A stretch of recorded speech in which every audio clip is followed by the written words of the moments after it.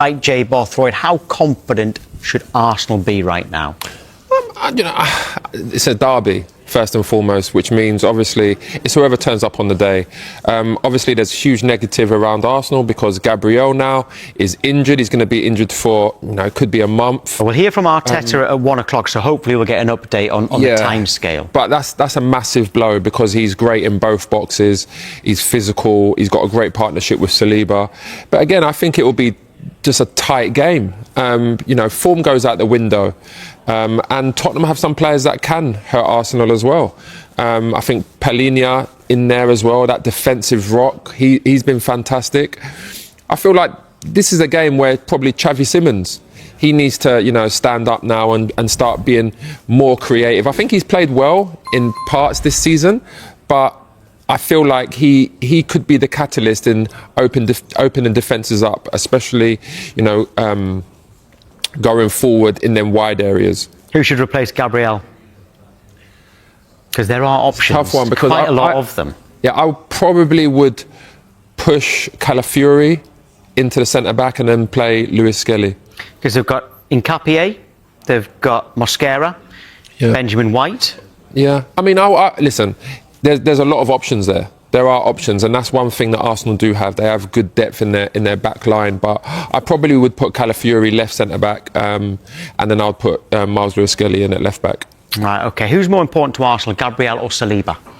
It's a great question, to be honest. I always have this debate. I think Saliba overall is a better player, but I feel like Gabriel is more important to Arsenal. He's more effective in both boxes. I can imagine he would be an absolute nightmare to play against.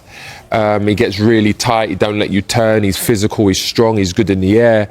He's that kind of defender, a bit like Rudiger, where it'll bother you when the ball's not even, when it's nowhere near you. So I actually think that Gabriel is probably more important for Arsenal's backline than Saliba, even though they're great. On Wednesday on Sky Sports Fan Club, we had 10 fans of Premier League clubs in the studio, including an Arsenal fan. We had Jamie O'Hara there, and we had... Jamie, yeah. Did I say Jay O'Hara? Jamie. What did I say? Yeah, you said Jamie, but I'm like, he's a Tottenham fan. Oh, right, OK. Yeah, well, this is still relevant, what I'm about to say, OK? OK. And we had a flash poll. Everyone had a yes or no to answer. And the question was, will Arsenal win the league? So you got 10 fans and Jamie, so 11 people. Only one said yes, that Arsenal were going to win the league. Was that the Arsenal fan? It was the Arsenal fan. But only one. But that really surprised me. And I haven't really still got my head around it. That only one person out of 11 thought that Arsenal were going to win the league, and they're top. No, exactly. I mean, it is surprising because Arsenal are in a commanding position right now, playing very well, difficult to break down, difficult to score against. So that is surprising. But Arsenal have been in similar scenarios during a season where they have been in the driving seat and gave the advantage away. But again, it's the beginning of a season, Tom. It's like 11 games gone. Can we really be talking about Arsenal going to win the league, Liverpool going to win it, Man City? It doesn't matter right now. I think what Pep Guardiola said was absolutely right. I mean, the league probably does start around now, but then you want your teams to be on form around March, April, where they're like absolutely hit the ground running, they're in form, they're scoring goals, they're not conceding. Well, that's when it really matters. Not if it's too late by then, though. Yeah, I mean, if it's too late, it's too late, right? But I feel like most seasons, you got to look at the league. January, February, you need to start getting on the form. But March, April, you need to be like in full stride. Right, well, Sky Sports have partnered with Finalysis, an app where passionate fans share their opinions on their club. If you want to represent your club, scan the QR code here or visit the Sky Sports app for more details. Joining us now is Scarlett Katz-Roberts. Good morning to you, Scarlett. Always good to see you. Just before we get into the North London derby then, were you surprised about that stat I've just told you, that only 1 out of 11 people in the studio said that they thought that Arsenal would win the league? Can I first of all just say hello to Jay and thank you for backing me the other week against my sister Lola. There you go. Oh, actually, we've got a question for Scarlett, haven't we?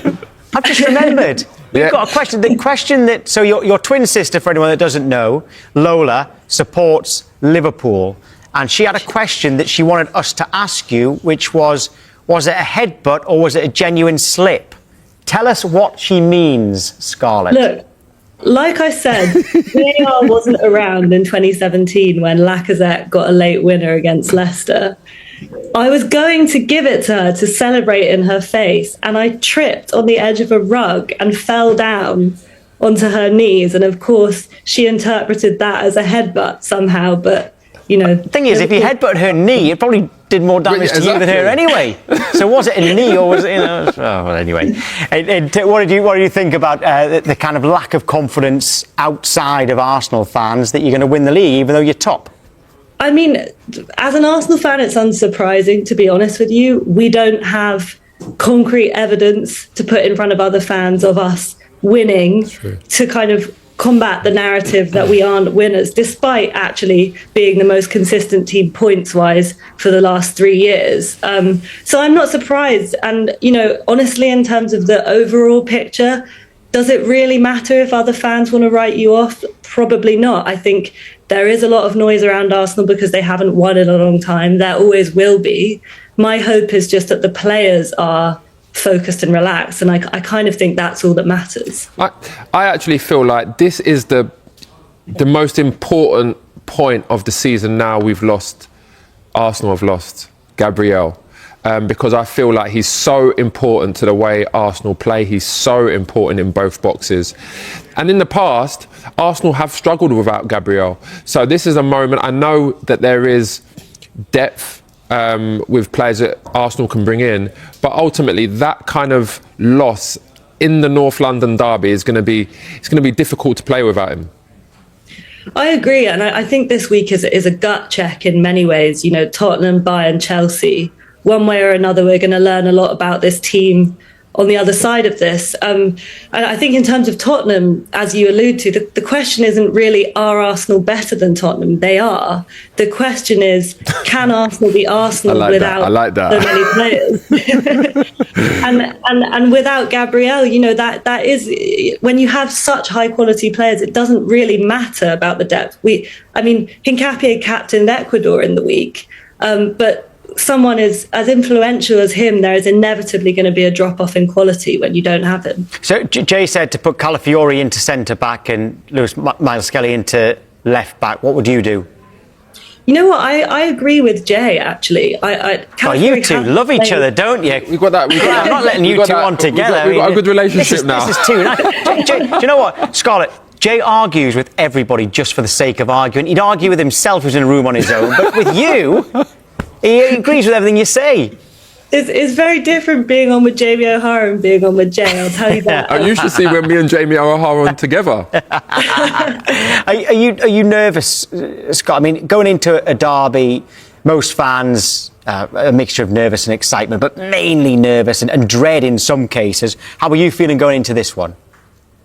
To put it bluntly, I'm terrified. I want to say something rational to you, but my lizard North London derby fan brain is telling me that Spurs have nothing to lose. They're strong away from home. Frank has a good record against Arsenal. And actually, when he got the job, my first thought was the North London derby is going to get harder. So I think it will be awkward, and the pressure is all on us, because if we don't win, we're bottle jobs, aren't we? That's 100% right, and that's why I feel like it's too soon. What a surprise. Exactly, I'm agreeing with you again. But that's the reason why I feel like it's too soon to say that Arsenal are just going to win the league. It is not a given. There is a lot of football to be played, and I look at this game and I say, form goes out the window. It's whoever turns up on the day. Now, when I look at Tottenham's backline is very strong. You've got someone that sits in front in Pellegrini that is very strong, that he reads the game. I think he makes the most tackles in the Premier League. So defensively, Tottenham are strong. Arsenal, on the other hand, we haven't been great at scoring goals and open play. And when we don't have Gabriel, that is great and dominant in the attacking box, it's difficult to see where the goals are coming from. There's no doubt about it. There's so much talent there at Arsenal. The likes of Saka, obviously Trossard's done very well. Eze's a fantastic player. But we haven't scored in open play as freely as other years. But, you know, Jay, I'm going to disagree with you slightly here. Hallelujah. We've scored less than we should have from open play. Our open play XG is actually okay, and our XG overall is second only to Chelsea in the league. Yeah, but XG don't mean nothing. XG is one of them great stats that mean nothing. Yeah, go on, wind each other up. Go on, go on. But I think, we've also, like, if you want another stat, make of it what you will. We've played the most through balls in the league as well. And I think a lot of this perception about Arsenal struggling in open play does come from last season, where we did struggle from open play because we had so many attackers out. I'm not saying struggle. Like, I'm talking about in terms of, for the players we have, the talent that is there in our squad, we are not scoring enough goals in open play. That's what I'm saying. I agree, actually. There you go. We're back. I think we will. It just depends who's on the pitch. Is Eze will probably be on the pitch. Is Odegaard going to be there? Is Gyökeres going to be there? Is it going to be a very talented and excellent finisher of a midfielder playing up front? Or is it going to be a real striker? We don't know. Yeah. OK, Scarlett, great to see you. Good luck on Sunday. Thanks, Scarlett. See you soon. Thank you very much. Here are the Premier League stand-ins, with the Premier League returning this weekend and bringing with it the North London derby at the Emirates Stadium. Arsenal taking on Spurs on Sunday. Spurs unbeaten away in the Premier League this season. Arsenal sitting top of the table in the Premier League. This is how recent games look between the two, though, and it doesn't look so great for Spurs. So, Craig, how do you see this one going? Arsenal. Pretty simple. Is it going to be a simple win for them now? No, I mean, I think Thomas Frank has definitely made them, for the most part, tougher to beat. He's much more organised. Listen, that's saying something. I think any manager going in off Postecoglou would be considered more organised. But I think he has really gone the other way. And at times I think it's too much, and I think he needs to find the balance. I think some of their football has been very poor to watch. So I think he's struggling to find that balance between the organisation and then utilising their better players going forward. And I know they have some injuries. That being said, I think even if you go to the Emirates and sit in, I think this Arsenal side eventually will open you up. So yeah, I mean, it's a well organised Tottenham side, but it's a Tottenham side that really hasn't flourished as much going forward. And it is early days, I think, as most Tottenham fans would like. And, where it's all going to come out in the wash at the end of the season, I don't know. I don't know. But what we do know is Arsenal had that hiccup at Sunderland. They had the game under control. They winning 2-1 late on. They lost that late goal. So they need to respond off the back of the international window. And I think being at home, I think they will. Ian, one of the interesting things here is Spurs away form, stronger away from home this season. Yeah, they're a tighter nut, a tougher nut to crack, as Craig was saying there. I think they've got 13 points out of 15 on the road. So that says that Thomas Frank is getting their act together. But, they haven't played Arsenal away yet. You know how many goals Arsenal have let in at home this season? In the Premier League and Champions League combined, one. The one that Erling Haaland scored for Manchester City. OK, Gabriel's out for what we're told is a couple of months. But now they've got the cover, haven't they, in the squad? They've got this guy Mosquera. They can bring him into central defence, or they can put Calafiori into central defence and bring in Lewis Skelly at left back. So I don't think it's going to disrupt them too much. I'm with Craig. Arsenal to win it, and probably to 2-0. It's mostly, and I say that during the last show, where on set pieces, when Gabriel is so important, he's a real target for Declan Rice from corner kicks and to aim him and to try to score goal, and he did a lot on that. So I think Gabriel will be missed in that matter. And let's see how it works. But from Tottenham, there is something to play. I like the fact that Romero's back, and with Van de Ven, they are pretty strong with Porro on the right side and Spence on the left side. Vicario is doing great as well. So I think it's going to be a close win for Arsenal. For me, I see a 1-0. We know how Arsenal is going to play. Every game we see, they're very structured, very well organized. The question mark is more on Spurs. Will they be very good like they've always been away from home, or will it be disappointing? And we can see it when they play at home. But let's see how it works. But I see a little win from Arsenal. Could you see a stumble for Arsenal here? No, I can't. And to your point about Sunderland, Spurs simply don't have the physicality that Sunderland do. I agree with the boys in that Thomas Frank certainly has the Spurs team far more organised. I still think that Spurs' biggest problem is, while they have potentially a very good 11, far too many of their players, I'm thinking the likes of Xavi Simons in particular, are below par as opposed to delivering on what you expect them to. And that's the difference here. It's an inconsistent Spurs, organised albeit, up against an Arsenal team who knows exactly what they're doing, knows their strengths, are as good a version of themselves as we've seen, at home in a North London derby. I see this as being far more convincing. I think I went for 3-0 Arsenal. Ian's been writing about the best players in the Premier League so far this season, and I know you like Martin Zubimendi, Ian. Tell us more about what you like about him. Well, they asked me to pick out maybe one or two unexpected players who are not getting all the publicity. So Martin Zubimendi, he's arrived in England. A lot of players come to England, and we're seeing it with Wirtz at Liverpool, and are taking time to adapt. Zubimendi's just gone straight into that midfield, sat at the base of the midfield, breaks the play up, uses the ball sensibly.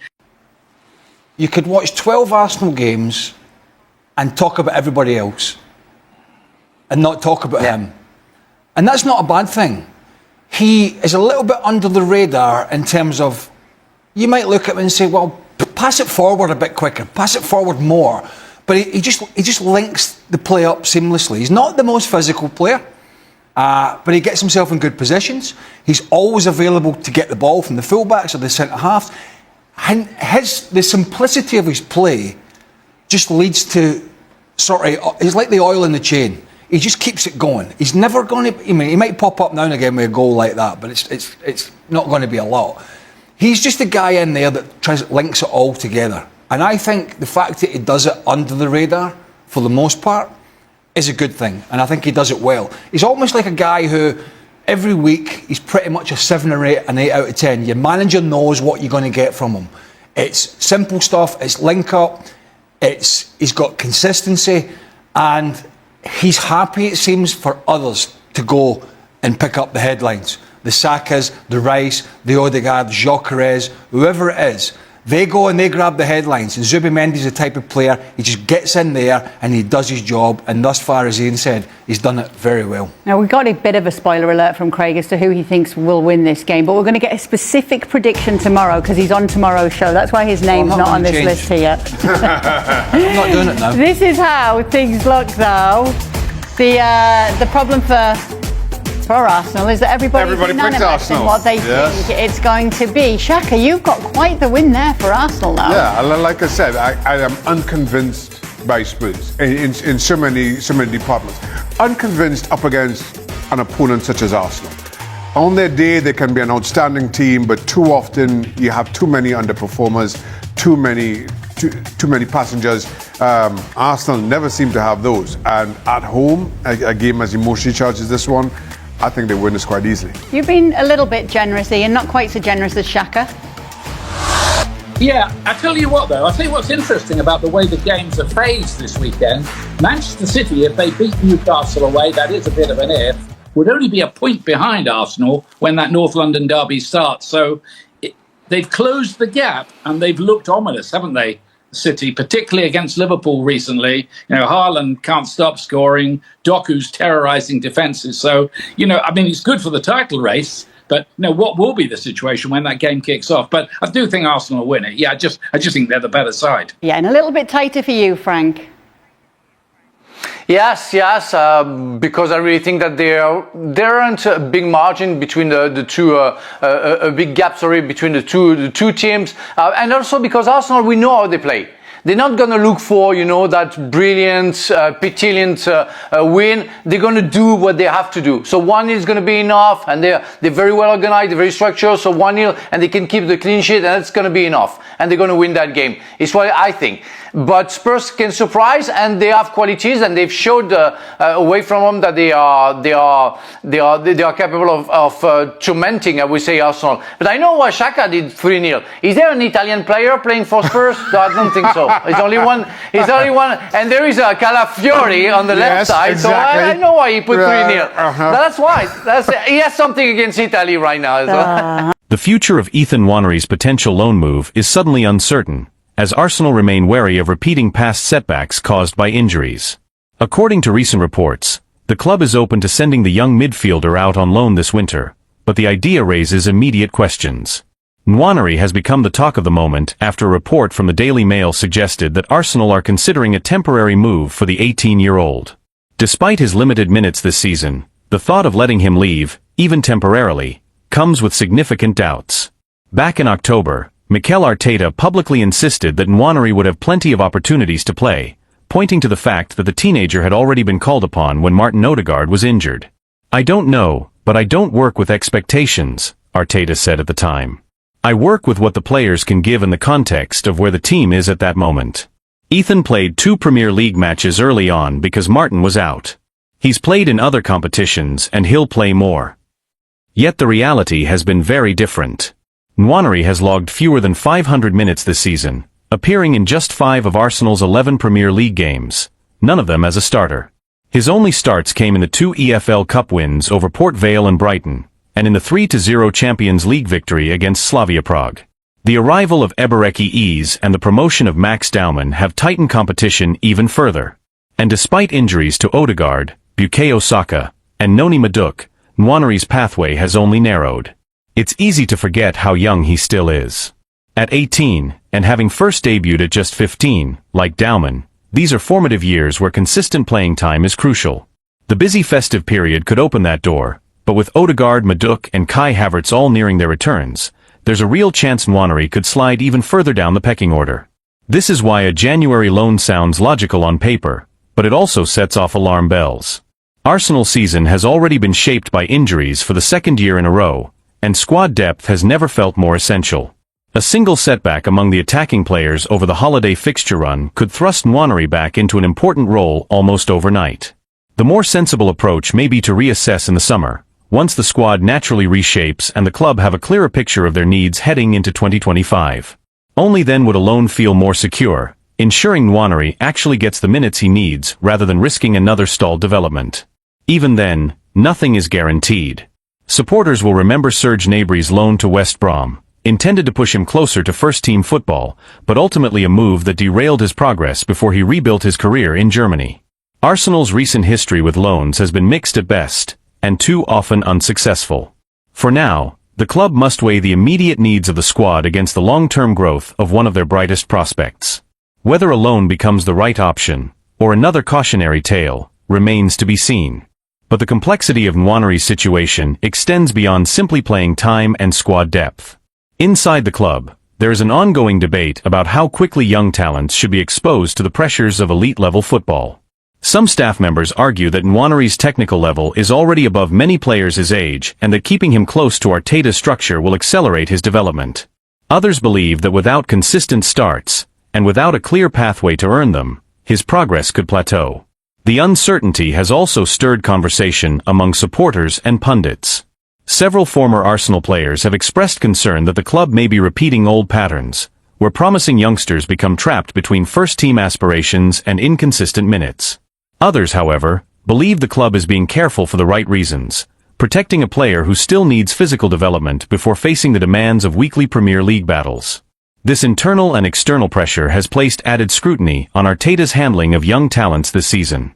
While he has been praised for trusting academy graduates in the past, the balance has become harder to maintain now that Arsenal are competing on multiple fronts and aiming for silverware. Every decision carries weight. Resting senior players risks losing points, while overusing inexperienced teenagers risks injury or decline in confidence. There is also the broader question of what kind of loan would actually benefit Nwaneri, should the club eventually decide to pursue one. A move to a Premier League side fighting relegation could offer minutes, but expose him to a demanding environment that prioritizes survival over development. A Championship loan, on the other hand, might provide consistent matches, but at the cost of adjusting to a more physical style that does not always align with Arsenal's tactical identity. European options have been mentioned as well, though not confirmed. The possibility of joining a club in the Netherlands or Germany, leagues known for nurturing young talent, has been discussed quietly among observers. Yet Arsenal are hesitant, given how unpredictable such moves can be and how often they fail to produce the expected results. Meanwhile, Nwaneri himself remains focused and professional, according to those around the training ground. He is said to be eager for opportunities, but not frustrated or discouraged. The coaching staff admire his attitude, which only complicates the decision further. He is doing everything right, and still his future remains uncertain. As Arsenal approach the January window, the club finds itself at a crossroads. The next few weeks will likely be decisive, not just for Nwaneri's short-term career, but for how Arsenal choose to manage their most gifted prospects in an era of high expectations and relentless schedules. Any decision made now will be examined closely, not only because of what it means for Nwaneri, but because it will signal how the club intends to balance ambition with development as they move into the next phase of Arteta's project. Arsenal now face a difficult setback. Piero Hincapié may have to step into the North London derby under less than ideal circumstances after Gabriel's injury blow. The club is hoping that Hincapié's long late return trip to North London won't affect his readiness to replace Gabriel against Tottenham, because losing the Brazilian for such a crucial match is a major hit to Mikel Arteta's plans. Arsenal have already been forced to cope with key absences at various stages of the season, but Gabriel missing the derby presents a challenge of a very different magnitude. Naturally, the focus shifts to who will fill the gap on the left side of Arsenal's defense, and for many, the most logical answer is Piero Hincapié. The summer signing impressed during his only start for the club so far, an outstanding display at left centre-back in the League Cup win over Brighton. That night, he partnered with Christian Mosquera, who is also an option for Arteta on Sunday. One possible configuration would see William Saliba move to the left, with Mosquera taking his place on the right, depending on how heavily Hincapié's international travel weighs on Arteta's decision. And that travel is far from insignificant. The Ecuadorian defender is currently away with his national team. He captained Ecuador during their 0-0 draw with Canada, helping secure the clean sheet. But the real concern comes with his final international fixture. Ecuador face New Zealand in New Jersey in the early hours of Wednesday morning, UK time. The match kicks off at 1:30 a.m. and is expected to finish around 4 a.m. Only after that will Hincapié board his flight back to England, meaning he won't arrive in London until Wednesday afternoon at the earliest. From there, he will have just a handful of days to recover, settle back in, and prepare for one of the most intense fixtures of the season. The slight silver lining is that the derby falls late in the weekend, giving him as much time as possible to reintegrate. Still, the timing of his return is far from ideal and adds yet another layer of uncertainty to Arsenal's defensive preparations ahead of a match that could define their momentum for weeks to come. Beyond the logistical headache, Arteta and his staff must also consider the physical and tactical demands that a North London derby imposes. It is not the sort of match where a defender can arrive underprepared, particularly against a Tottenham side that has looked sharp in attack this season. Any hesitation, any lapse in intensity caused by travel fatigue, could be costly. Inside Arsenal, there is a quiet concern that the club may once again be walking a tightrope with its defensive depth. Over the past 2 seasons, injuries at the back have forced Arteta into uncomfortable choices, and Gabriel's setback reopens a conversation that the club hoped was behind them. The manager has repeatedly emphasized the importance of continuity across the defensive line, especially given how central the high defensive line and controlled build-up are to Arsenal's identity. Gabriel and Saliba have been at the core of that stability, and disrupting it inevitably changes the team's rhythm. Analysts close to the club have noted that Hincapié's profile fits the role well, confident under pressure, quick across the ground, and capable of progressing the ball with either foot. However, they also caution that he is still adapting to the Premier League's pace and physicality. Throwing him straight into a derby environment may accelerate his integration, but it also carries risk. Supporters have expressed mixed reactions as well. Many are eager to see Hincapié given a real opportunity, believing his style suits Arsenal's long-term plans. Others worry that asking him to deliver immediately, under difficult circumstances, could place unnecessary pressure on a player still in the early stages of adjusting to English football. The timing of Gabriel's injury also complicates Arsenal's broader goals. With a congested winter schedule approaching and the title race tightening, every match takes on heightened importance. Dropping points against Tottenham could shift momentum, not just in the standings but in confidence across the squad. It also forces Arteta to rethink how he manages minutes for defenders who have already logged heavy workloads this season. Club insiders say the staff have been preparing contingency plans for weeks, anticipating scenarios where international duties and injuries overlap. Yet even the best planning can be stretched thin when travel delays and late-night kickoffs are added to the equation. In the coming days, the medical and performance teams will conduct assessments to determine exactly how ready Hincapié is for Sunday's showdown. Arteta is expected to make a late decision, balancing long-term health with short-term necessity. The hope is that the Ecuadorian arrives in good condition, responds well to training, and can at least offer a reliable solution in Gabriel's absence. What remains undeniable is that Arsenal enter the derby under a new layer of pressure, forced to adapt, to trust their depth, and to test the resilience that has been a defining theme of their season so far.